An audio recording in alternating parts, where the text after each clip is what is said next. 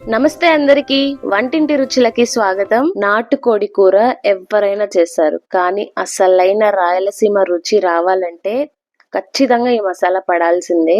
రాగి సంగటితో కలిపి తింటుంటే ఆ టేస్టే వేరే లెవెల్. చూడండి, నేను స్టెప్ బై స్టెప్ ఎలా చేస్తానో చూపిస్తాను. ఇప్పుడు ఒరిజినల్ టేస్ట్ రావాలంటే ఒరిజినల్ నాటుకోడి తీసుకోండి. 100 రూపాయలు ఎక్కువైనా పర్వాలేదు. అందులో రాళ్ళు వేసి బాగా కడగండి. ఇలా ఫ్యాట్ బయటికి వస్తుంది. ఇప్పుడు ఒక కడాయి తీసుకొని అందులో చెక్క, 3 యాలకులు, 3 లవంగాలు, ఒక స్టార్ పువ్వు, ఒక నల్ల యాలుక, ఒక బిర్యానీ ఆకు తుంచి వేసుకోండి. ఇలా గుప్పెడు కొబ్బెర, 5-6 తెల్లగడ్డలు. ఇప్పుడు స్టవ్ మీద కడాయి పెట్టి దోరగా వేయించుకోండి. సిమ్లో పెట్టి వేయించుకోండి. తర్వాత 2 స్పూన్స్ ధనియాలు వేయండి. తర్వాత 1 స్పూన్ జీలకర్ర వేయండి. ఇప్పుడు 10 జీడిపప్పులు కూడా వేయండి.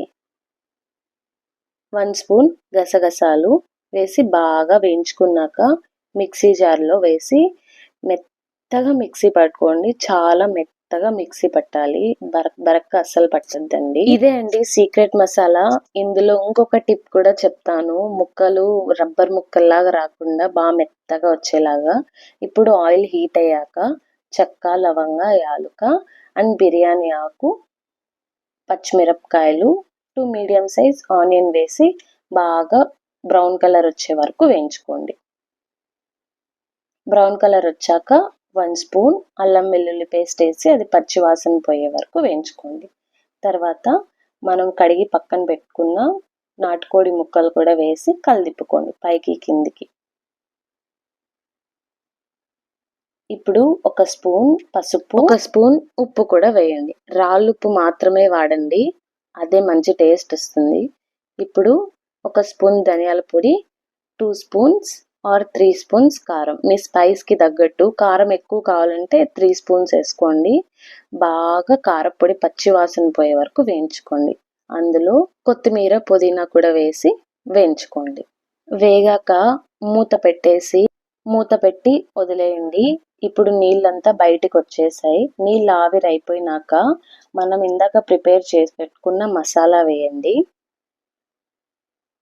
మసాలా వేసి బాగా కలుపుకోండి. ఇప్పుడు నేను ఒక మీడియం సైజ్ టమాటా కూడా వేస్తున్నాను, ఫ్లేవర్ కోసం అంతే. మీకు ఇష్టం లేకుంటే స్కిప్ చేయండి.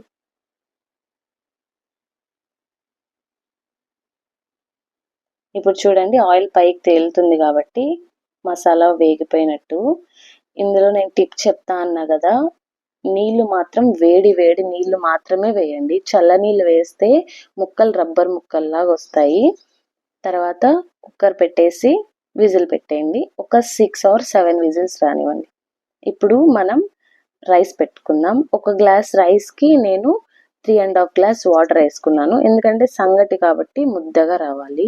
మీకు ఎంత రాగి పిండి కావాలంటే అంత వేసుకోండి. ఎక్కువ వేసుకుంటేనే రాగి పిండి బాగుంటుంది. రాగి పిండి వేసుకున్నాక ఒక 5-6 మినిట్స్ వదిలేయండి.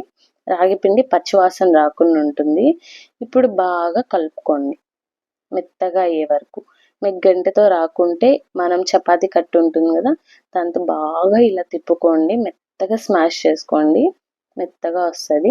అయిపోయినాక 5 మినిట్స్ మూత పెట్టి వదిలేయండి. అంతే అండి, అసలైన రాయలసీమ నాటుకోడి రాగి సంగటి ముద్ద అంటే ఇదే అండి. ఇలాగే చేసుకోండి, టేస్ట్ అయితే సూపర్ ఉంటుంది, మర్చిపోలేరు. ఎప్పుడు ఇలాగే చేస్తారు. రాయలసీమ వాళ్ళు ఏ పండగ అయినా ఖచ్చితంగా నాటుకోడి ఉండాల్సిందే.